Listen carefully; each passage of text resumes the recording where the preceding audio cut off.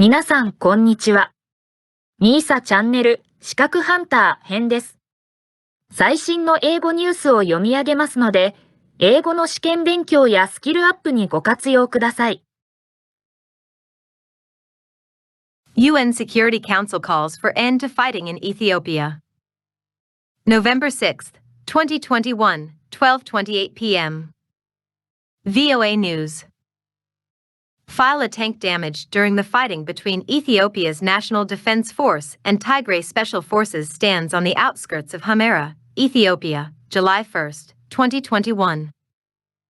The UN Security Council has called for an end to escalating fighting in Ethiopia's northern Tigray region as rebel Tigrayan forces announce the formation of an alliance to end the government of Prime Minister Abiy Ahmed. In only the second statement on Ethiopia since the fighting began a year ago, the 15-member council Friday urged all parties in Ethiopia to put an end to hostilities and to negotiate a lasting ceasefire. The council also called for refraining from inflammatory hate speech and incitement to violence and divisiveness. Today, the Security Council breaks 6 months of silence and speaks again with one united voice on the deeply concerning situation in Ethiopia, Ireland's UN Ambassador Geraldine Byrne-Nason said in a statement. She said it was the first time that the Council called for an end to hostilities in Ethiopia. Council members said the language in the statement was amended to remove a call for an immediate end to hostilities without preconditions because of objections from Russia, according to the Associated Press. The UN call comes as Tigray forces announced Friday that they have formed an alliance with other armed and opposition groups around the country, including forces in the Oromo region, to end the government of Prime Minister Abiy. The Tigrayan forces said they were willing to bring down the Prime Minister through negotiation or force. Mahamud Yuga's center speaks during a signing ceremony of the United Front of Ethiopian Federalist and Confederalist Forces to establish a grand united front to against the government of Prime Minister Abiy Ahmed in Washington, November 5, 2021. Ethiopia's government called the creation of an alliance a publicity stunt. Also on Friday, all Americans were urged to leave Ethiopia as soon as possible, according to a security alert posted on the website of the U.S. Embassy in Addis Ababa, which called the security situation in the country very fluid.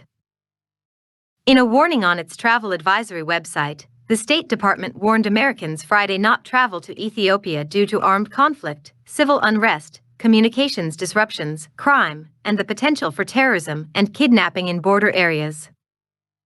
On Saturday, the State Department said it ordered non-emergency U.S. government employees and their family members to leave the country on November 5. The Ethiopian government declared a 6-month state of emergency Wednesday and called on residents to defend their neighborhoods if rebels arrive in the capital. Tigrayan forces said earlier this week they were advancing on the capital of Addis Ababa and that it could fall within months or even weeks. Threats of physical harm on Twitter prompted the social company to temporarily deactivate its trends section Friday in Ethiopia. Given the imminent threat of physical harm, we've temporarily disabled trends in Ethiopia.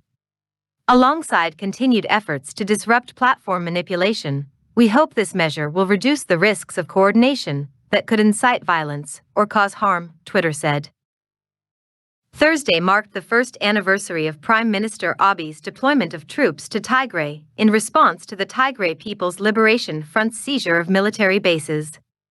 The ensuing conflict has killed thousands of people, displaced several million from their homes, and left 400,000 residents of Tigray facing famine, according to a July estimate by the United Nations. The escalating violence in Ethiopia could trigger a humanitarian crisis that could spread to neighboring countries and even Europe, according to Hassan Kananj, director of the Horn International Institute for Strategic Studies in Nairobi, Kenya.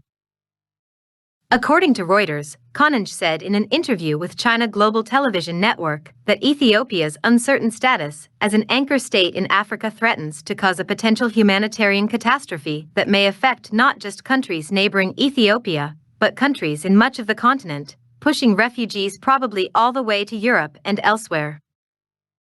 A joint investigation by the UN, and the government-created Ethiopian Human Rights Commission published a report Wednesday concluding that all sides in the conflict have committed human rights violations, including torturing civilians, gang rapes, and arresting people based on ethnicity.